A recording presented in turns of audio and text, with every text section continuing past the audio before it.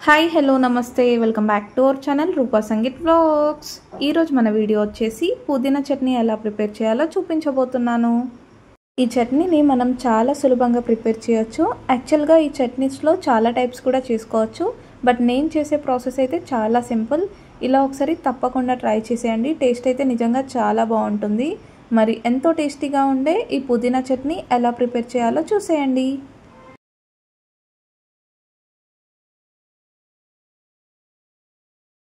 ముందుగా stove on చేసి బాండీ పెట్టుకొని 2 to 3 table spoon of oil వేసుకోవాలి.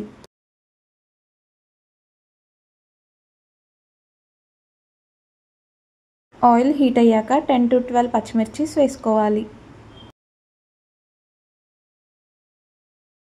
పచ్చిమిర్చీస్ని లైట్ బ్రౌన్ కలర్ వచ్చేంత వరకు ఆయిల్లో ఫ్రై చేసుకోవాలి.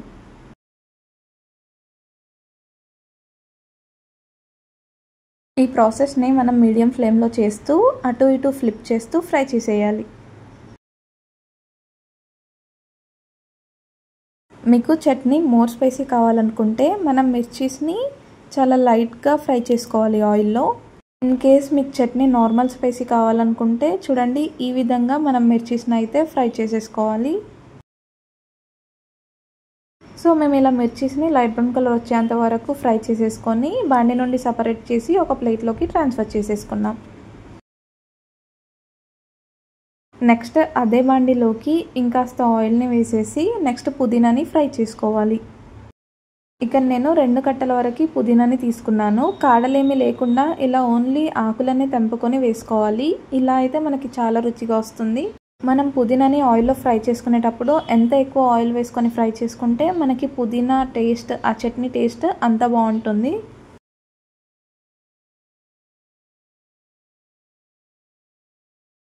చూడండి, పుదీనా ఆయిల్లో బాగా ఫ్రై అయ్యేలాగా మీడియం ఫ్లేమ్ పెట్టేసి ఇలా ఫ్రై చేసేసుకోవాలి.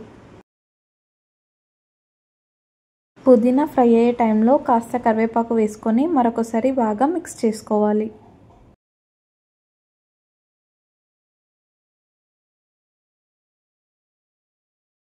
చూడండి, పుదీనా మనకి ఈ కలర్లో చేంజ్ అయ్యాక బాండీ నుండి సపరేట్ చేసి సేమ్ ప్లేట్లోకి ట్రాన్స్ఫర్ చేసుకోవాలి.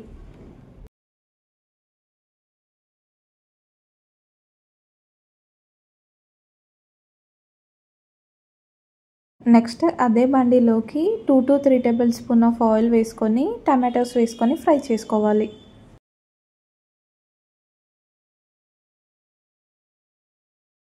ఇక నేను 4 to 5 టమాటోస్ ఇలా నిలువుగా కట్ చేసుకొని వేసుకుంటున్నాను.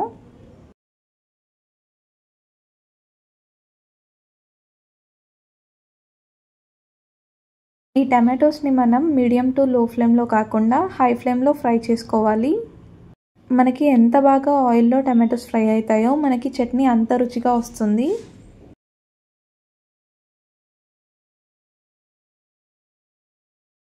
చూడండి, టమాటోస్ ఇలా ఫ్రై అయ్యే టైంలో కాస్త కొత్తిమీరని వేసుకొని ఫ్రై చేసుకోవాలి.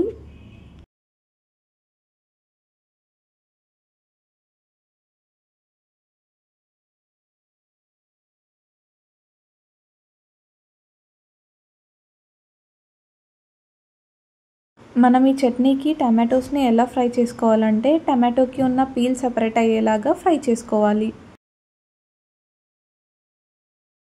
ఇప్పుడు మనం ముందుగా ఫ్రై చేసుకున్న పచ్చిమిర్చి, పుదీనా ఇంకా టమాటోస్ చల్లారాక గ్రైండ్ చేసుకోవాలి. నెక్స్ట్ మిక్సీ జార్ తీసుకొని ఇలా 2 ఎల్లిగడ్డల్ని పీల్ తీసేసి వేసుకోవాలి.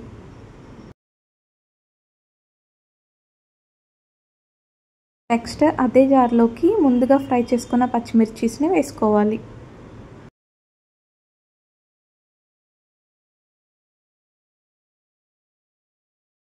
నెక్స్ట్ మనం ముందుగా ఫ్రై చేసుకున్న పుదీనా ఆకుల్ని వేసుకోవాలి.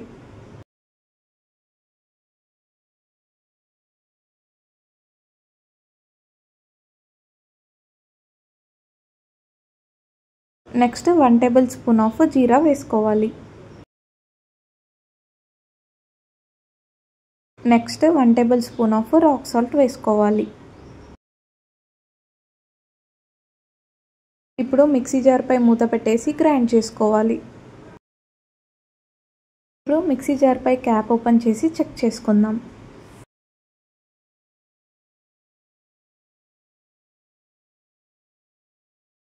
చూడండి, మనం మరీ పేస్ట్లా కాకుండా ఈ విధంగా గ్రైండ్ చేసుకున్నాక సెకండ్ బ్యాచ్లో టమాటోస్ని యాడ్ చేయాలి.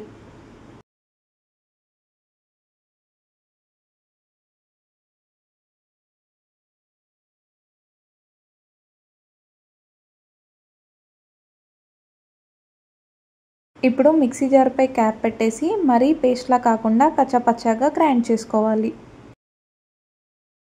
సెకండ్ బ్యాచ్లో గ్రైండ్ అయ్యాక ఇప్పుడు ఒకసారి క్యాప్ ఓపెన్ చేసి చెక్ చేసుకుందాం.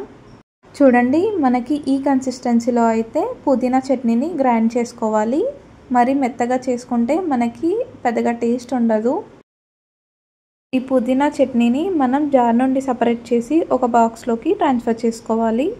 ఈ రెసిపీని మనం 4 to 5 days వరకు స్టోర్ చేసుకోవచ్చు.